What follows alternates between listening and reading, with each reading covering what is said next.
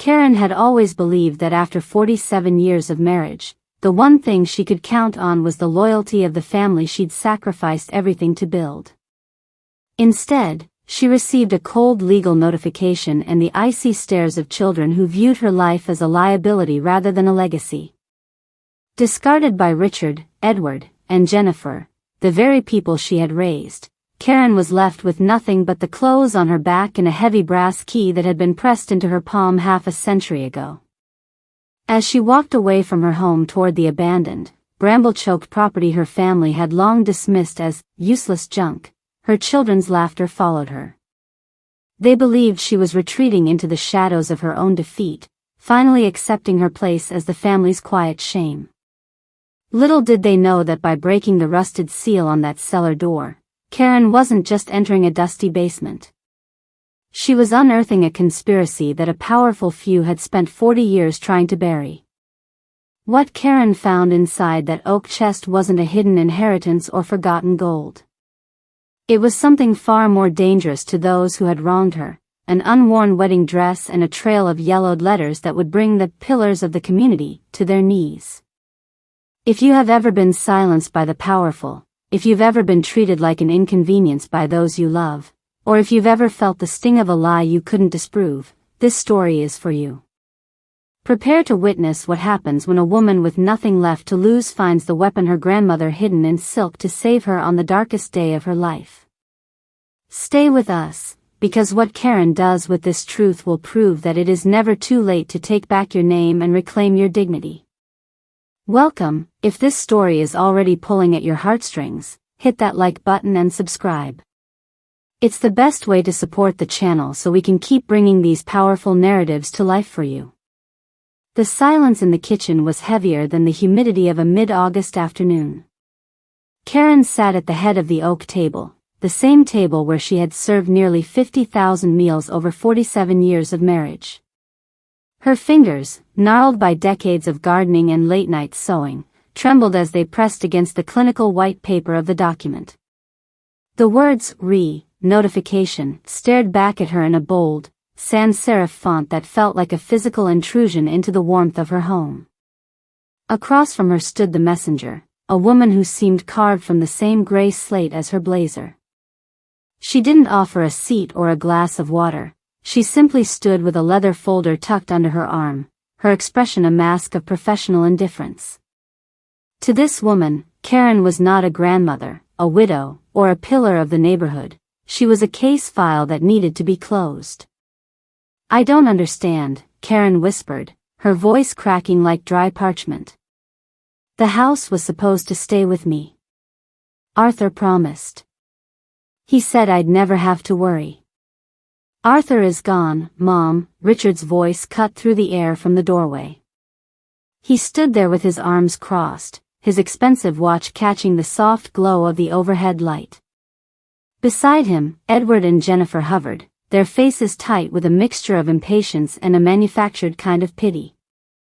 "We've been over this," Richard continued, his tone clinical. "The estate taxes, the upkeep on a place this size, it's bleeding us dry. This notification is just the formalization of what we discussed last Sunday. The sale closes in 30 days. The facility we found for you in the city has top-tier medical staff. You'll be safe there." "Safe?" Karen looked up, her eyes swollen and streaming. "I am safe here. This is my sanctuary. Your father and I built these walls." Jennifer stepped forward, though she kept a calculated distance, as if Karen's grief might be contagious. "Mom, let's be realistic. You're 75.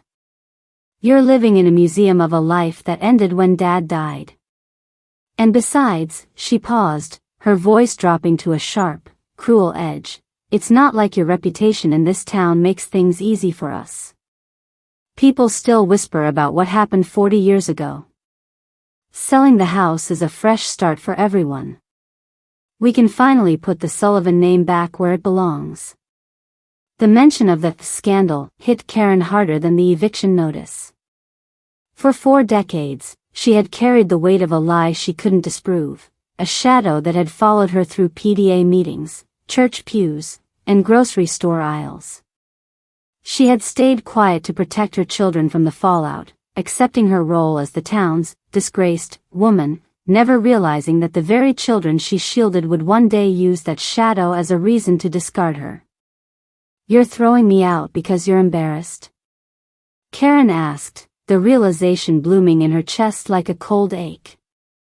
Edward sighed, checking his phone. "We're doing what's practical, Mom. The paperwork is signed. The lady from the legal firm is just here to ensure you understand the timeline. You have until the end of the month to vacate." The stoic messenger nodded once, a sharp, robotic movement. "The terms are non-negotiable, Mrs. Sullivan. Your children have been designated as the primary executors. My firm is here to oversee the transition of the deed."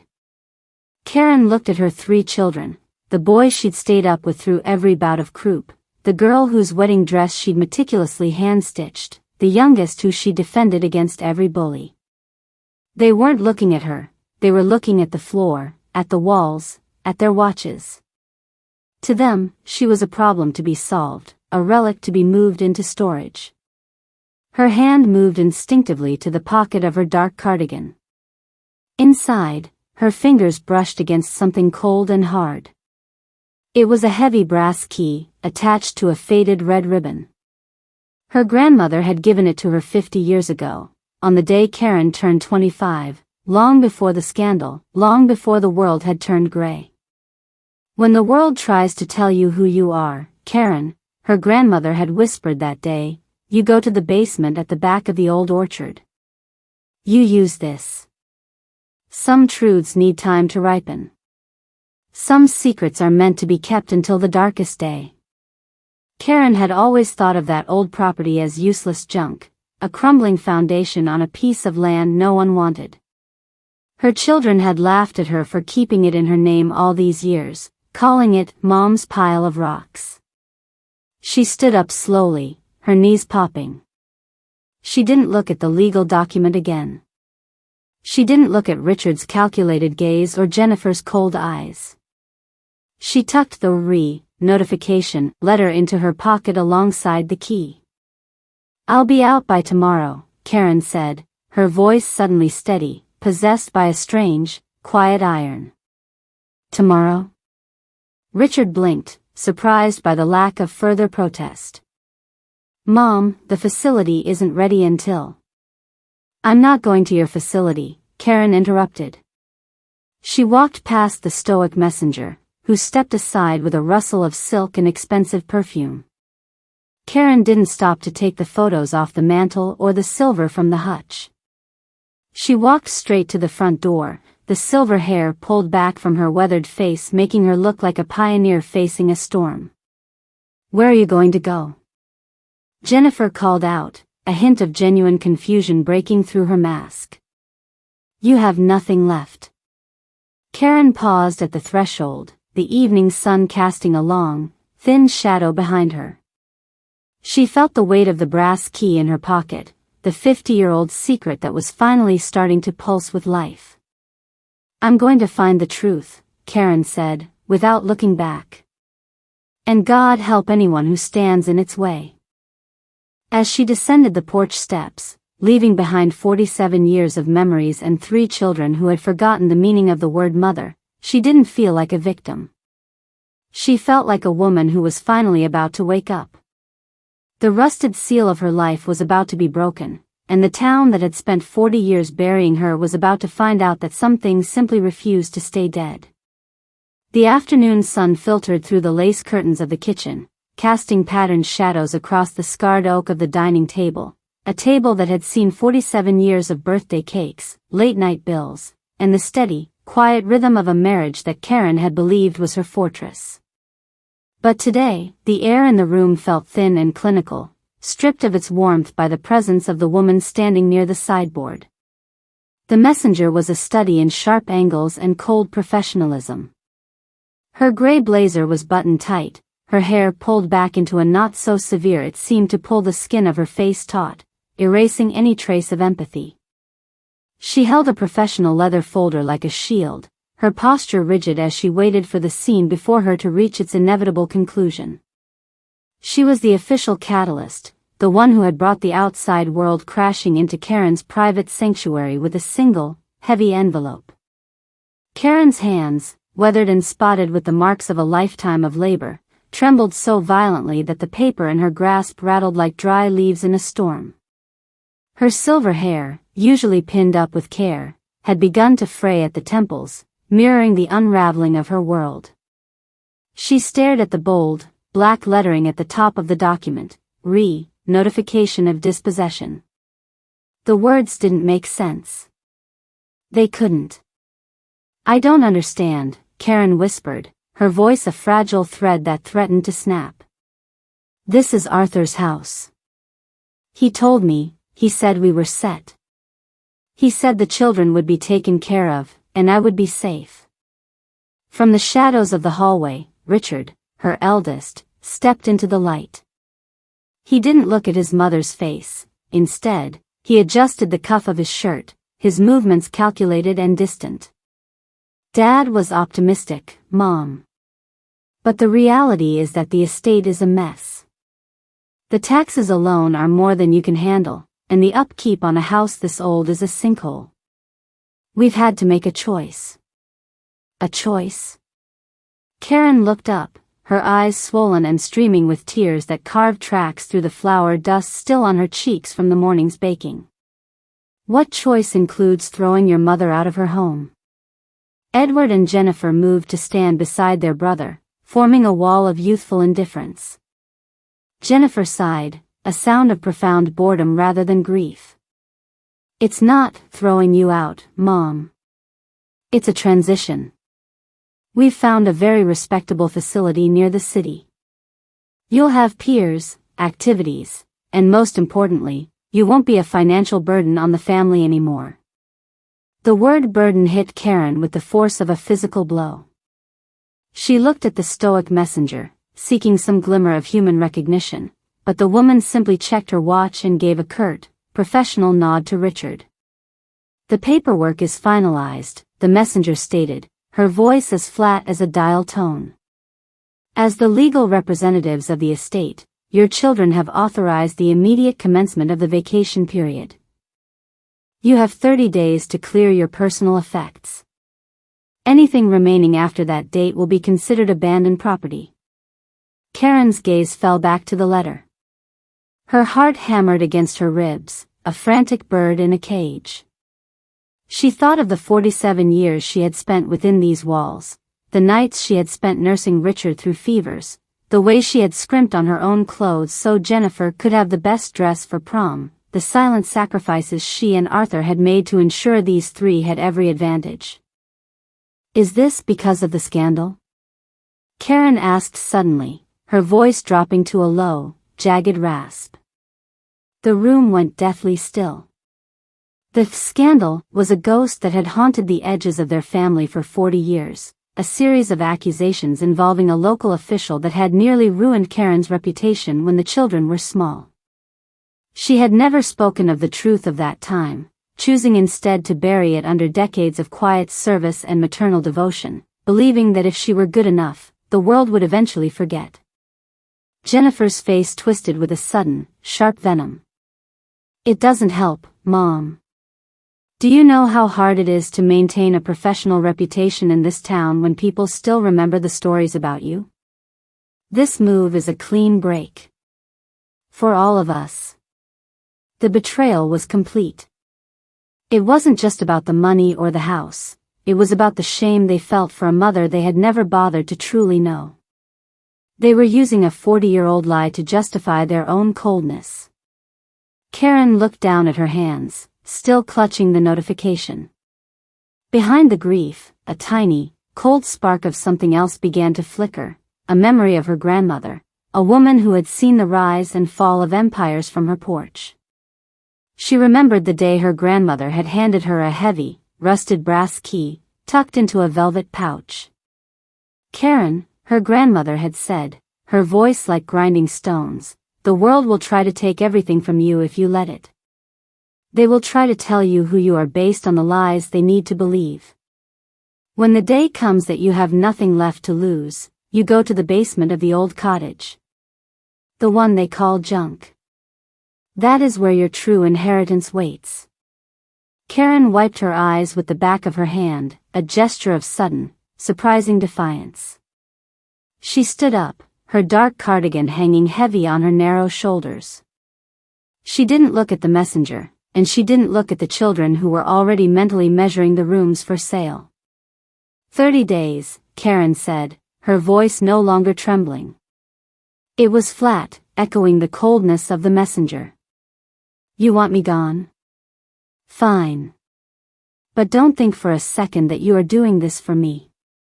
She turned toward the back door, the one that led toward the overgrown path at the edge of the property. In her pocket, her fingers closed around the cold, jagged teeth of the brass key she had carried for 50 years. Where are you going? Edward called out, a hint of genuine confusion breaking through his stoicism. The car is out front to take you to the viewing at the facility. Karen paused at the door, the light of the setting sun silhouetting her silver hair into a crown of wire. I'm going to the one place you forgot I owned, she said quietly. I'm going to see what my grandmother left me in the dark. As she stepped out onto the porch, leaving the messenger and her children in the hollowed-out shell of her life, Karen felt the weight of 47 years of silence beginning to crack. They thought they had left her with nothing, but as the rusted key bit into her palm, she realized they had given her the one thing she had lacked for decades, a reason to finally break the seal on the truth. The heavy silence that followed Karen's departure from the kitchen didn't last long. As the screen door clicked shut behind her, the domestic air seemed to sour, curdling into a mixture of resentment and frantic justification. Richard, Edward, and Jennifer stood in a semicircle around the vacant chair where their mother had sat for 47 years, looking not like grieving children, but like board members who had just successfully executed a difficult merger. Richard was the first to break the tension, his voice dropping into a low, defensive rumble. She makes it look like we're the villains, he said, pacing the length of the linoleum floor.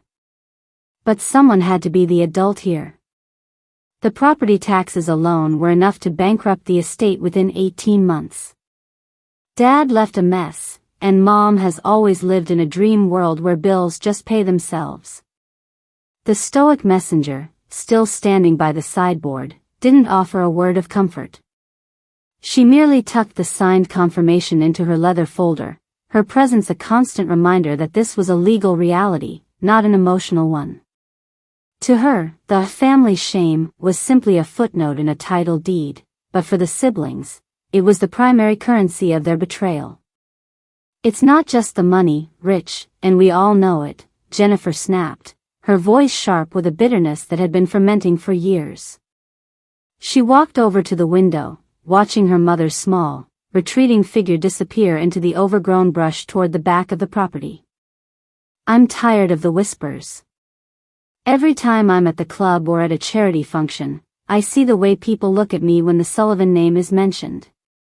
That 40-year-old scandal with the mayor's office, it's like a stain that won't wash out. As long as she's sitting in this house, in the middle of this town, we're all tied to that disgrace. Edward nodded, his face tightening. She acts like she's the victim, but she never fought it. She just took it. She let everyone believe she was that woman. And because of that, our family name has been a punchline in this county for 4 decades. Moving her to the city isn't just practical, it's a mercy. Out of sight, out of mind. We can finally start to rebuild the reputation Dad worked so hard for. They spoke about her as if she were a piece of contaminated soil that needed to be remediated. To them, Karen wasn't the woman who had wiped their foreheads during fevers or the one who had spent her nights mending their clothes so they wouldn't feel the sting of their father's lean years. She was a liability. She was a ghost of a past they were desperate to outrun. She kept calling that old basement her sanctuary, Edward said, a cruel, short laugh escaping him.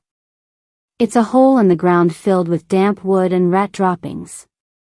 If she wants to spend her last nights sitting in the dark, let her. Maybe it'll finally sink in that the world she's clinging to is gone. There are no more secrets to hide in, no more sanctuaries left for someone who can't face the truth of their own life. Richard turned to the messenger. Is there any legal hurdle regarding that back acreage? The old cottage foundation? She seemed fixated on it. The messenger looked up, her expression as flat as the paper she held. As of 30 days from today, the entire parcel, including all structures, passes to the buyer. Mrs. Sullivan's personal attachment to the basement is irrelevant to the closing. If she remains on the premises past the deadline, it will be treated as a trespass. Good, Richard muttered, though he didn't look entirely convinced. He looked toward the door his mother had just exited, a flicker of something, perhaps a remnant of a conscience, crossing his face before he suppressed it. We're doing the right thing. For her safety, and for our future.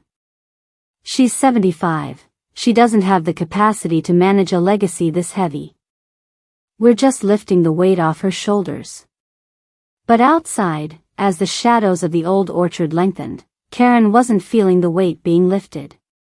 She was feeling the weight of the key in her pocket, a weight that felt more like a weapon than a burden. She could hear their voices through the open window, the harsh, clinical way they dissected her life, the way they used her shame as a shield for their greed. For 40 years, she had allowed them to believe the lies because the truth would have shattered their image of their father, their town, and their security. She had carried the family shame like a cross, believing that her silence was the ultimate act of love. But as she stood at the edge of the woods, listening to her children laugh at her useless junk, she realized that her silence hadn't protected them, it had only fed their arrogance. They thought she was retreating into defeat. They thought she was hiding in the damp and the dark because she had nowhere else to go. They didn't realize that the shame they so desperately wanted to bury was about to become the very thing that unburied them. Karen turned her back on the house and the voices of the children who no longer knew her name. She stepped into the tall grass, her heart beating with a rhythm she hadn't felt since she was 25 years old. The children wanted a clean break. They wanted to put the Sullivan name back where it belonged. As Karen reached the rusted, ivy-choked door of the basement, she whispered to the wind, "You're right, Richard. The Sullivan name is going exactly where it belongs. Right into the light." The family shame was no longer a secret she had to keep for them. It was a truth she was finally going to use for herself. With a steady hand, she reached for the lock, ready to break the seal on a past that would ensure none of them would ever look at her, or themselves, the same way again. The tall grass of the back orchard whispered against Karen's shins, a dry, rasping sound that seemed to mimic the hushed judgments of the kitchen she had just escaped. The sun was dipping lower now, bleeding into a bruised purple across the horizon, casting long, skeletal shadows from the unpruned apple trees. Each step away from the main house felt like a shedding of skin. The weight of Arthur's expectations, the crushing disappointment of her children's greed, and the 47 years of being the dependable one, were falling away, replaced by a singular, cold clarity. She didn't look back. She knew that if she did, she might see Richard or Jennifer watching from the window, their faces pressed against the glass like spectators at a tragedy they had written themselves. To them, she was a broken woman wandering into the weeds to wallow in her own ruin. They saw a 75-year-old widow with no options. They didn't see the woman who had once been the sharpest mind in the county, the woman who had intentionally made herself small so they could feel big. As the path grew steeper and the briars thicker, Karen reached into her cardigan pocket. Her fingers closed around the heavy brass key. It was cold, colder than the humid air, and the jagged teeth of it bit into her thumb. She remembered her grandmother, Evelyn, a woman who had lived through 2 wars and a Great Depression without ever losing the steel in her spine. Evelyn had been the only one who truly understood the cost of Karen's silence 40 years ago. "Don't you ever think of this as a defeat, Karen," Evelyn had told her on that final afternoon, her voice a low, gravelly command. "You're just putting the truth in the cellar to ferment. When the world turns sour, that's when the vintage is ready." The structure appeared through the gloom like a ghost. It wasn't a house, not anymore. It was a stone foundation, the remnants of a cottage that had burned long before Arthur was even born. The family had always dismissed it as a dangerous eyesore, a pile of rocks that lowered the property value. But beneath the charred timbers and the creeping ivy sat the root cellar, the sanctuary. Karen reached the heavy wooden doors that were set diagonally into the earth. They were made of thick oak, reinforced with iron straps that had rusted into a deep, bloody orange. A heavy chain was looped through the handles, secured by a padlock that looked like a relic from another century. For 50 years, the town had grown and changed, her children had been born and betrayed her, and the seasons had cycled through, but this lock had remained untouched. She knelt in the dirt, the dampness of the earth seeping through the fabric of her trousers. Her knees ached, a sharp reminder of her age, but she ignored it. Her focus was entirely on the lock. She slid the brass key into the keyhole. For a terrifying second, it didn't turn. The metal felt fused by time and neglect. "Please," she whispered, her voice a raspy plea to the ancestors who had built this place. "Just this once, let the truth be easy." With a sudden, metallic crack that echoed through the silent orchard like a gunshot, the mechanism gave way. The lock snapped open. Karen exhaled a breath she felt she'd been holding since the day Arthur died. She pulled the heavy chains away, the links clattering against the stone steps with a sound of liberation. Using every ounce of strength in her weathered frame, she heaved one of the oak doors upward. It groaned on its hinges, a deep, subterranean protest, before swinging wide. A puff of cool, earthy air billowed out, scented with stone, old paper, and a hint of lavender that shouldn't have been there after 5 decades.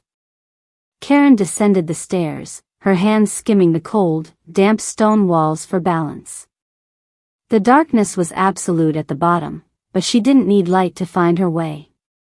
She knew this space. She had mapped it in her mind every time life had become too loud, every time the whispers of the Sullivan scandal had made her want to scream. In the center of the small, stone-vaulted room sat the oak chest. It was draped in a rotting canvas sheet, looking like a sleeping animal in the corner.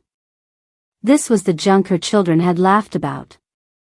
This was the trash they were so eager to bulldoze so they could put up a modern guest house or a swimming pool.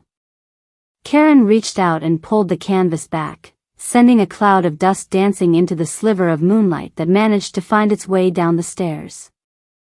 The wood of the chest was dark and polished, preserved by the steady temperature of the earth. On the lid, her grandmother's initials were carved in deep, elegant flourishes. She sat on the bottom step, her heart racing. Above her, in the distance, she could hear the faint sound of a car engine, likely the messenger leaving, or perhaps Richard heading back to his comfortable life, satisfied that the problem of his mother had been managed. They thought she was hiding here. They thought she was cowering in the dark because she had been stripped of her dignity. They didn't realize that she hadn't come here to hide. She had come here to arm herself. Karen laid her hand on the lid of the chest. The wood felt strangely warm, as if it had been waiting for her touch to wake it up. She wasn't the distraught matriarch clutching a legal notification anymore. She was a woman who had finally reached the end of her patience and the beginning of her power. "I'm here, Grandma," she whispered into the shadows. "And I'm ready to see it all." As she prepared to lift the lid, the silence of the sanctuary felt no longer like a tomb, but like a womb. Something new was about to be born, something that would ensure the name Karen Sullivan would never be whispered in shame again. The children wanted her out of their sight. They were about to find out that when you push a woman into the dark, you shouldn't be surprised when she finds the light. The cool, subterranean air of the cellar felt like a living thing, pressing against Karen's skin with the weight of 50 silent years. Above her, the world of notification, letters and ungrateful children felt increasingly distant, a frantic play being performed on a stage she had finally stepped off of. Here, in the belly of the old orchard, there was only the smell of damp earth and the heavy, expectant silence of the oak chest. Karen knelt before the trunk, her joints protesting with a dull ache that she pushed to the back of her mind. She reached out, her fingers tracing the deep, elegant grain of the wood. The initials, E.S., for Evelyn Sullivan caught the faint moonlight filtering down the stairs, appearing almost silver. For decades, Karen's children had mocked this place, calling it a tomb for her useless junk, but as she laid her hand on the lid, it felt more like a heartbeat than a grave. The lock on the chest was a massive piece of ironwork, mottled with the same deep red rust that had guarded the cellar doors. It looked immovable, a stubborn sentry that had outlasted Arthur and the decades of lies that had followed his rise to power. Karen pulled the brass key from her pocket one last time. It felt warm now, as if it had been energized by the act of opening the sanctuary doors. She slid the key into the lock. It was a perfect fit, a marriage of metal that had been waiting for this exact moment. She took a breath, closing her eyes, and twisted. The sound was not a snap this time, but a long, low groan of sliding tumblers, a metallic sigh that seemed to vibrate through the very floor. The heavy iron latch clicked upward. Karen paused, her heart hammering against her ribs. She felt a sudden, sharp pang of fear, the fear that after all this, there would be nothing inside but dust and disappointment. What if her children were right? What if she truly was just an old woman clinging to a ghost? No, she whispered into the dark. Evelyn never lied. Not once. She gripped the edges of the lid and heaved. The wood was heavier than it looked, but it moved with a surprising smoothness. As the chest opened, a scent drifted out that momentarily stopped Karen's heart. It wasn't the smell of decay. It was the scent of cedar and dried lavender, preserved perfectly by the chest's airtight seal.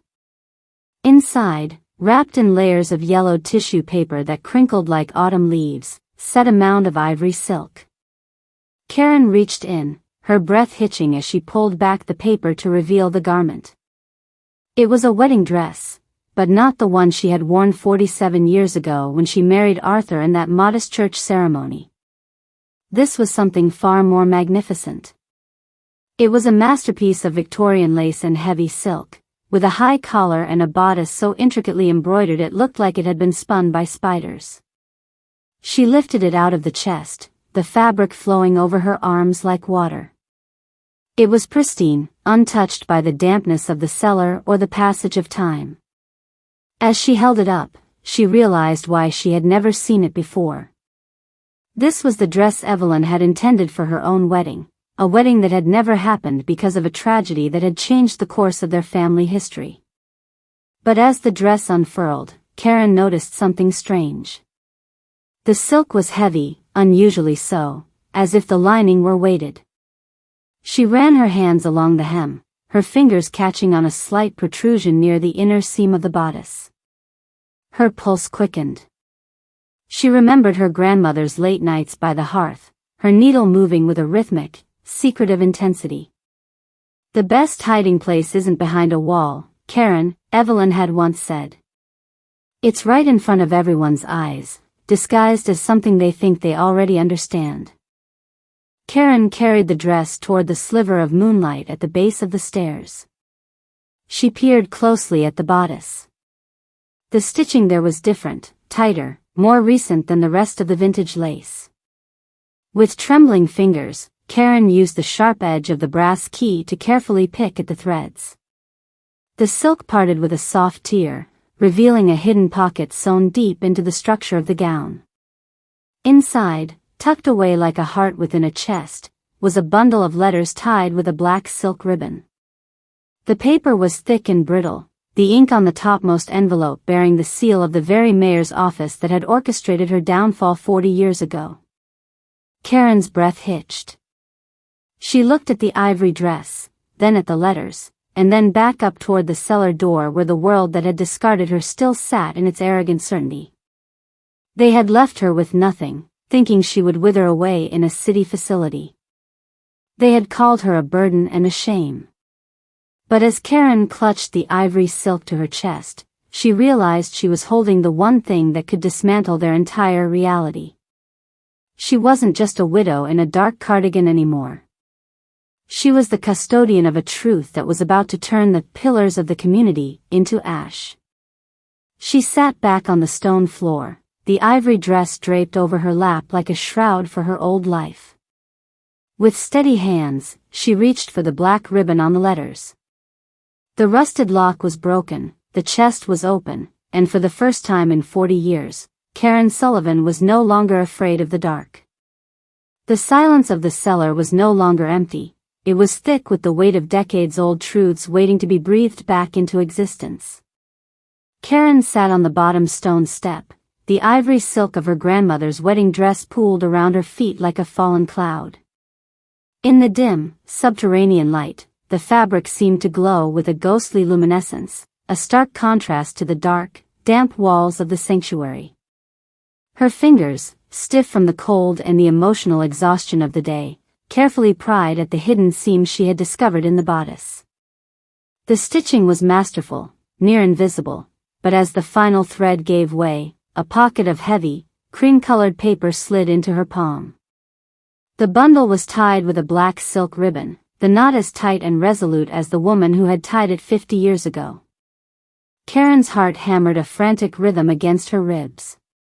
She untied the ribbon, and the brittle envelopes fanned out like a hand of cards.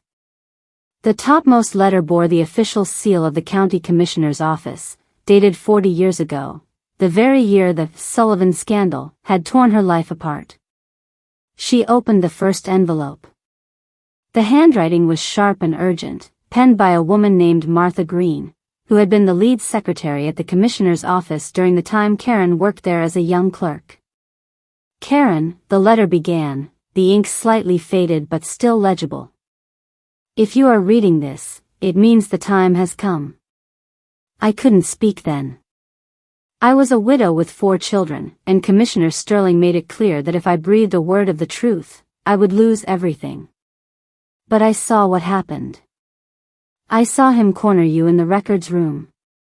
I heard you tell him no, and I saw the look on his face, the pure, icy rage of a man who has never been denied. Karen's breath hitched.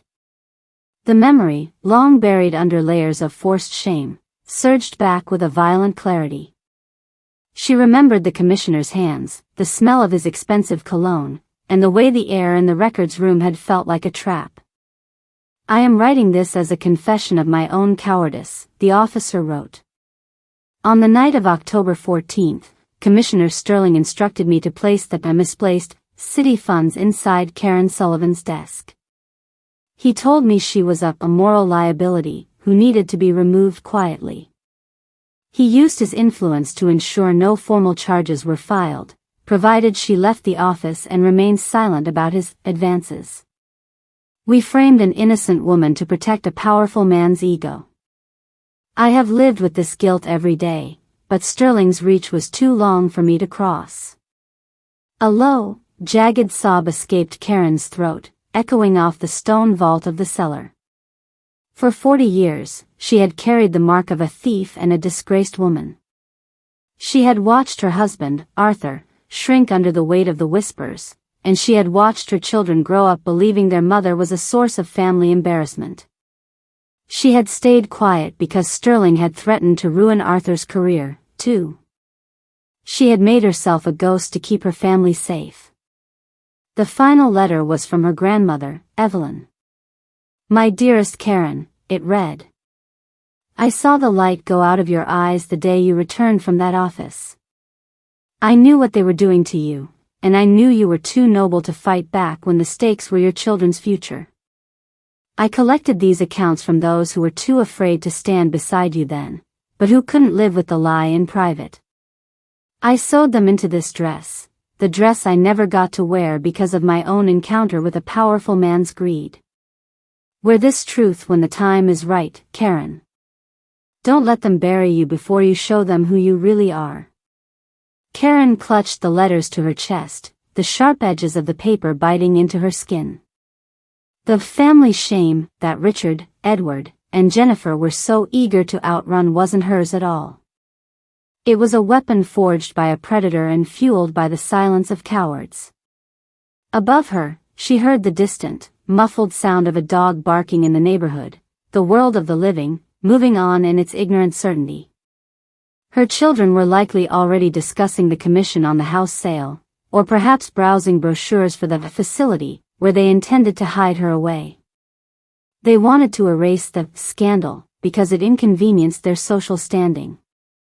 They didn't realize that the scandal was the only thing in this family that was built on a lie. Karen stood up, her legs shaking but her spine feeling straighter than it had in decades. She looked at the ivory dress draped over the oak chest. It was no longer a relic of a lost wedding, it was a suit of armor. She wasn't going to the facility. She wasn't going to die in a city room with white walls and scheduled meals, remembered only as a burden. She was going to take these letters, and she was going to take this dress, and she was going to walk back into the light. The children wanted a clean break. They wanted the Sullivan name restored. Karen looked at the letters and felt a cold, righteous fire ignite in her soul. She would restore the name, all right. But first, she was going to burn down the lies that had held it hostage for 40 years. She began to fold the letters carefully, tucking them back into the hidden pocket of the silk bodice. The secret in the silk was out, and the town, and her children, were about to learn that some truths don't age, they only wait for the right hands to find them. The air in the root cellar seemed to grow colder as Karen reached for the very last envelope in the bundle, one that had been tucked behind the others as if it were the foundation upon which all the other secrets rested. This paper was different, softer, more worn at the edges, and smelling faintly of the rosewater her grandmother, Evelyn, had dabbed on her wrists every Sunday morning for 60 years. Unlike the formal, clipped tones of the secretary or the trembling confession of the officer, this handwriting was a familiar, elegant script that Karen had seen on 1,000 recipes and birthday cards. "My dearest Karen," the letter began, and Karen could almost hear the low, melodic gravel of Evelyn's voice echoing off the damp stone walls. "If you are holding this, it means the world has finally pushed you to the edge of the map.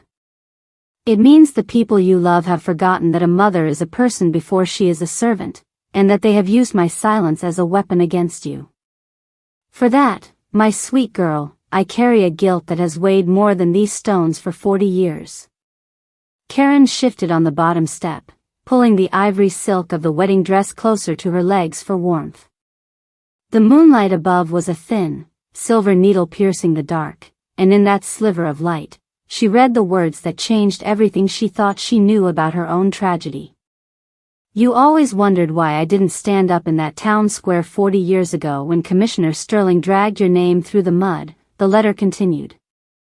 "You wondered why I told you to take the shame and move to the outskirts of town with Arthur, why I insisted you stay quiet even when you wanted to scream the truth from the rooftops. I saw the look in your eyes back then, the betrayal, the belief that even your own grandmother had abandoned you to the wolves. But Karen, you didn't know the size of the pack." The paper crinkled in Karen's trembling grip.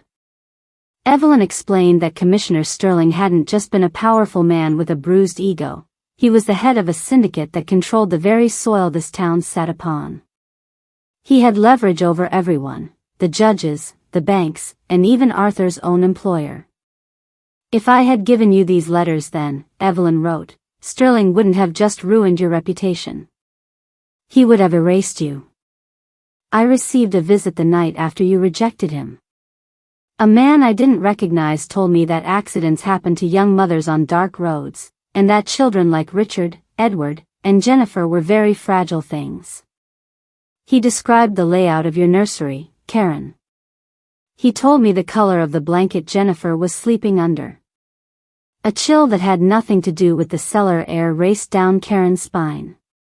She remembered that year, the way Evelyn had suddenly become overprotective, the way she had insisted on walking the children to school herself, her eyes always scanning the tree line. Karen had thought it was just her grandmother's age catching up to her, a creeping paranoia. She never realized it was a vigil.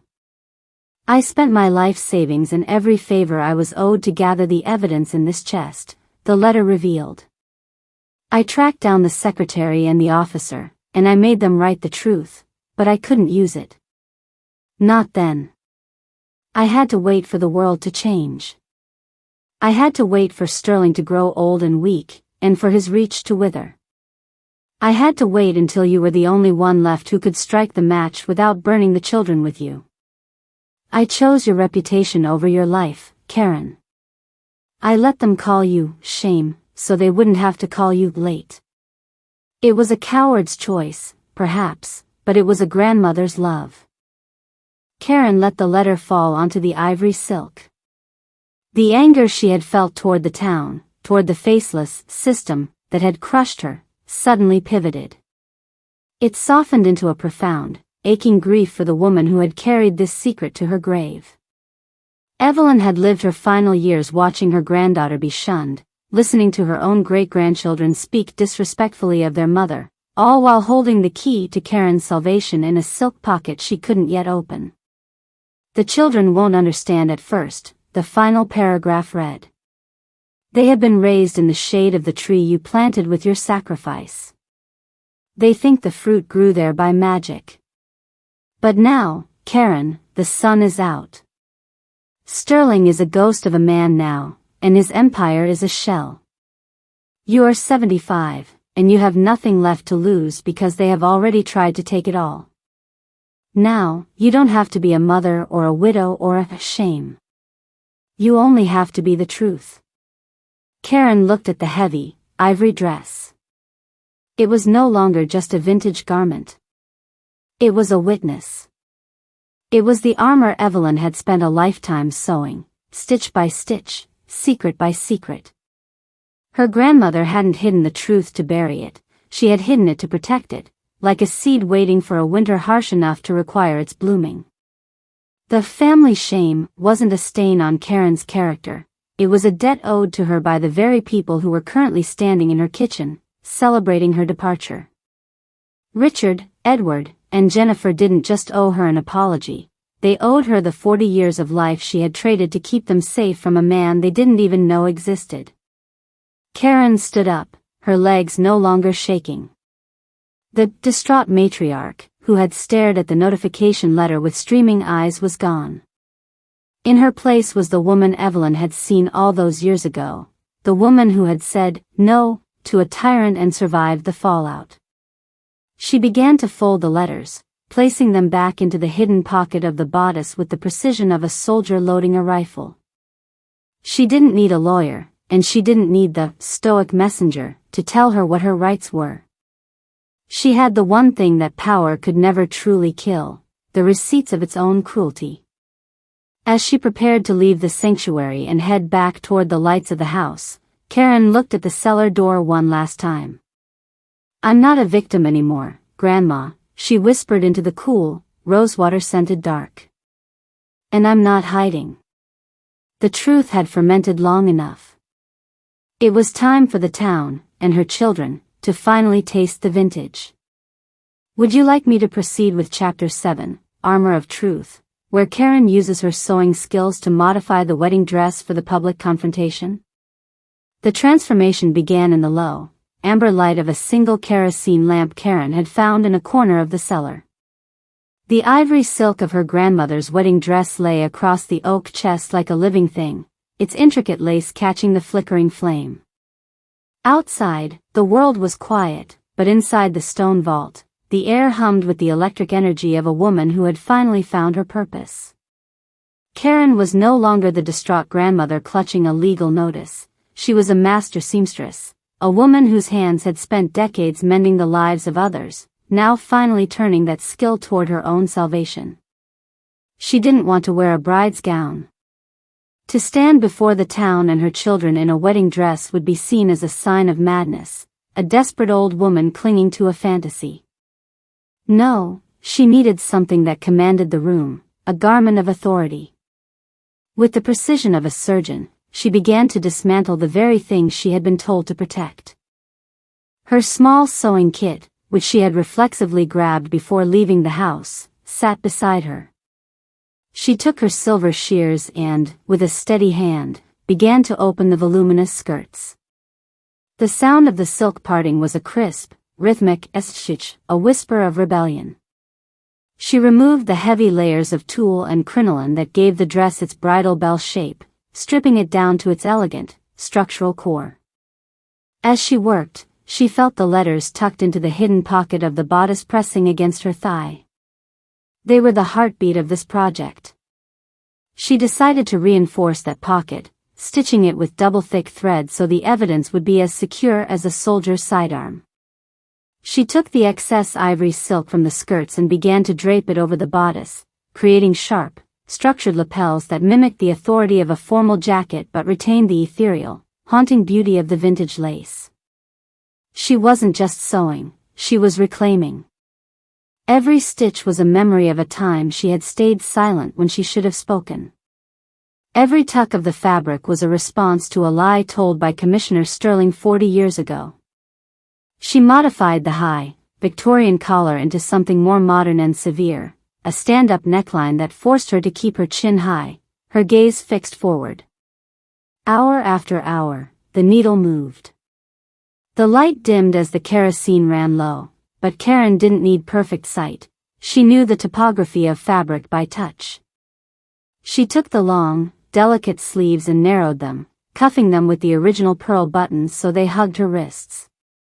By the time the first gray light of dawn began to seep through the cracks in the cellar door, the dress had been reborn.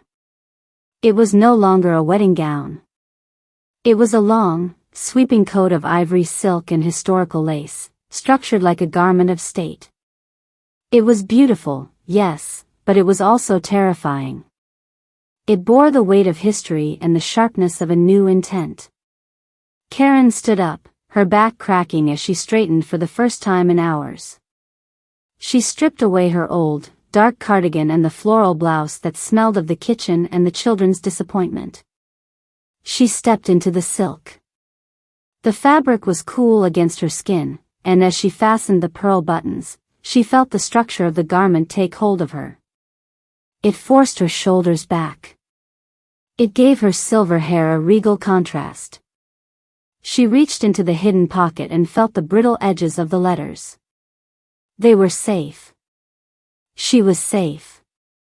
Looking into a small, cracked shard of a mirror she'd propped against the stone wall, Karen didn't see the family shame. She saw a woman who was about to walk into the town square and demand the one thing no one had been willing to give her for 40 years, the truth. She looked like a ghost that had finally decided to haunt the living with the facts of their own cruelty. She climbed the stone stairs, the heavy silk trailing behind her like a wake. As she pushed open the cellar doors and stepped out into the morning mist of the orchard, the distraught matriarch was gone. The armor was on. The sun was rising, and for the first time in 47 years, Karen Sullivan was walking toward a confrontation she knew she could not lose. The morning mist was still clinging to the manicured lawn of the town square when Karen arrived. It was the day of the annual Founders Fellowship, an event where the town's elite gathered to celebrate their history, a history they had carefully curated to exclude people like her. Under a white silk canopy, long tables were draped in linen, and the air smelled of expensive coffee and the floral perfume of women who had never known the grit of a basement floor. At the center of the gathering stood Commissioner Sterling, now a silver-haired elder statesman, holding court with a group of local officials. Nearby, leaning against a stone pillar, was the stoic messenger in her sharp gray blazer, looking on with the same detached, professional indifference she had shown in Karen's kitchen. And standing just a few feet away, clutching their mimosas and laughing with the town's rising stars, were Richard, Edward, and Jennifer. They looked polished, comfortable, and entirely relieved to have moved their mother's burden out of their sight. The chatter died down as if a cold wind had suddenly swept through the square.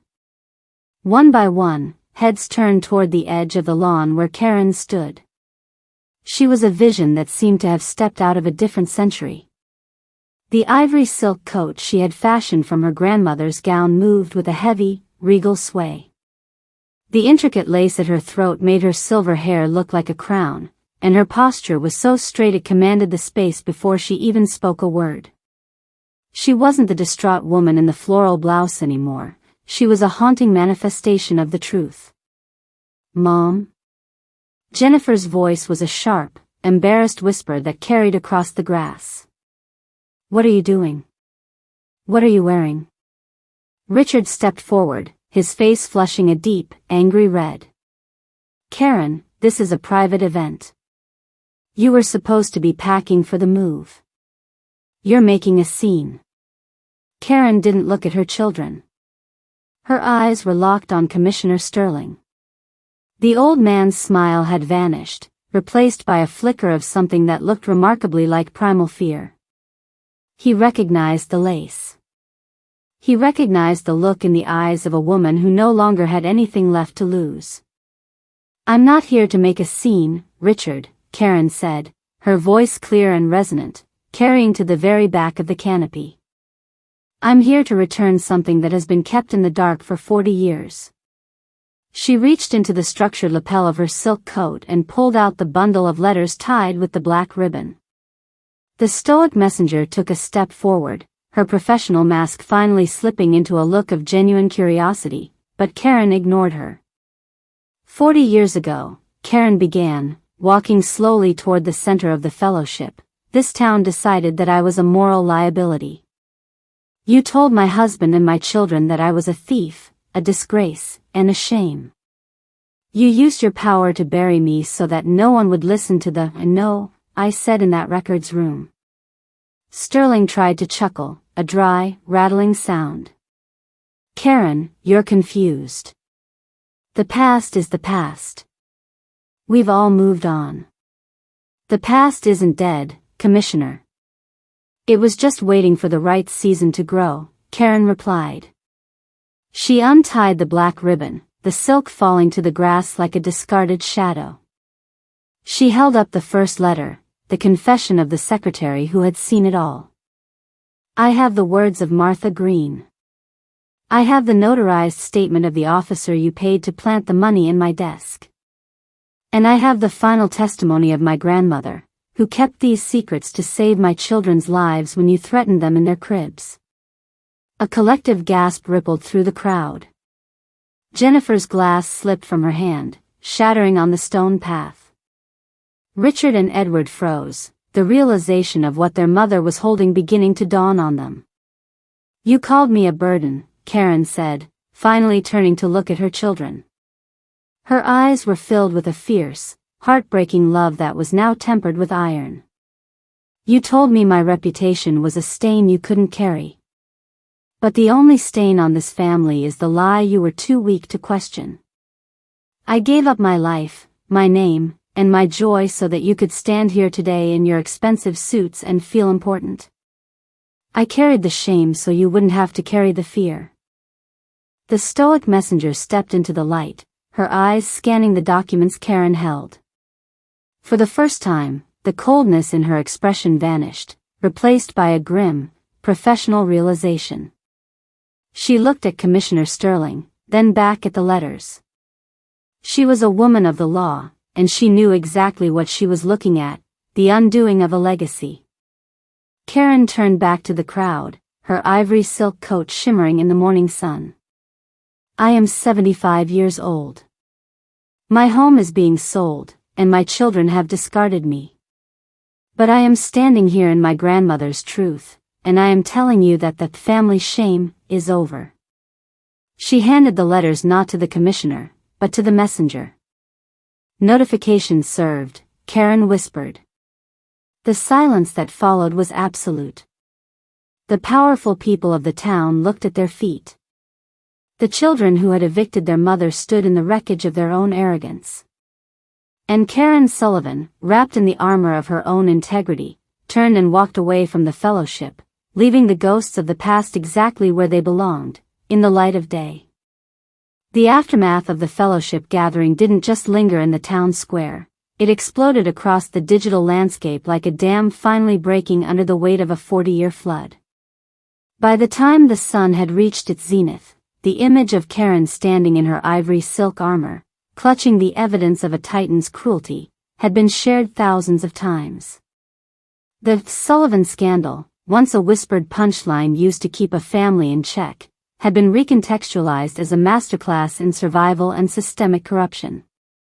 The town that had spent decades looking away was now forced to stare directly into the light of the truth she had unburied.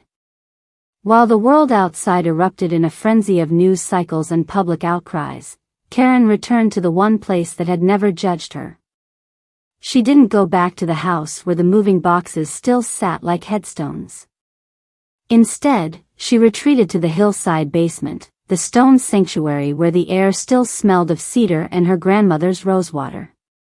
She sat on the bottom step, the heavy silk coat draped over her knees, and watched the dust motes dance in a stray beam of afternoon light. For the first time in 47 years, the silence didn't feel like a heavy shroud, it felt like a benediction. The sound of gravel crunching under tires announced their arrival. Karen didn't move. She listened as car doors slammed and hurried footsteps approached the cellar entrance. "Mom? Are you down there?" Richard's voice was stripped of its clinical authority, replaced by a raw, frantic edge. Karen stood up slowly, smoothing the lace of her sleeves. She ascended the stone stairs and stepped out into the orchard. Richard, Edward, and Jennifer stood in a semicircle, their expensive clothes now looking wilted and absurd against the backdrop of the rugged, honest earth. Behind them, the stoic messenger remained by her car, her professional folder closed, watching the scene with the quiet intensity of a witness who finally understood the gravity of the case. "The commissioner has resigned," Edward blurted out, his face pale. "The bank, they're calling in the loans on his estate. Everything is changing, Mom. The whole town is talking about what you did. They're calling you a hero." "I didn't do it to be a hero, Edward," Karen said softly, her voice carrying a weight that made them flinch. "I did it because I was tired of carrying a lie that wasn't mine to hold." Jennifer stepped forward, her eyes red and rimmed with a sudden, desperate realization. "Mom, we didn't know about Sterling, about the threats. We thought we were just trying to protect our future. We were wrong. Please, you can't go to that facility. We'll stop the sale. We'll fix the house. Just come home." Karen looked at her daughter, and then at her sons. She saw the fear in their eyes, not fear for her, but fear of the world they now had to live in, a world where their mother was the one with the power and they were the ones who had been found wanting. They were begging for grace, not because they had found their own integrity, but because the old social order that protected their arrogance had collapsed. "The house is just wood and stone," Karen said, her gaze drifting toward the old apple trees. "And that a family's shame was a wall you built to keep yourselves from having to look at me. You wanted a clean break, Richard. You wanted the Sullivan name restored. Well, it is restored. But it doesn't belong to you anymore. It belongs to the woman who earned it in the dark." "What does that mean?" Richard asked, his voice trembling. "It means I'm staying here," Karen replied, gesturing to the hillside. "I'm going to rebuild the cottage on this foundation. I'm going to plant a garden that isn't hidden by briars. And as for the grace you're asking for, I gave you 40 years of it. Every day I stayed silent was a gift of grace I gave to your childhoods. Now, It's time for you to learn how to earn your own. She didn't slam the door on them. She didn't need to. The distance between them was now measured in decades of ignored sacrifices, a canyon that no apology could bridge in a single afternoon. She watched as they realized that the mother they had tried to discard was gone, replaced by a woman who no longer needed their permission to exist. The stoic messenger walked over, pausing beside Karen. For the first time, a small, genuine smile touched the woman's lips. The legal proceedings against the Sterling estate will be extensive, Mrs. Sullivan. You'll be needed for the depositions. But I think you'll find the town is very eager to make amends. I don't need their amends, Karen said, looking up at the sky. I have my name back. That's enough. As the cars eventually drove away, leaving the orchard to the cicadas and the cooling breeze, Karen walked back to the cellar one last time to retrieve her grandmother's chest. She felt a profound sense of peace settling over the property. The truth had grown, the vintage had been tasted, and the shame had been burned away by the sun. Karen Sullivan sat on the grass of her own land, the ivory silk shimmering in the twilight. She was 75 years old. She was starting over with nothing but a foundation of stone, and for the first time in her life, she was exactly where she was meant to be. The secret was out, the battle was won, and the light was finally, permanently, hers.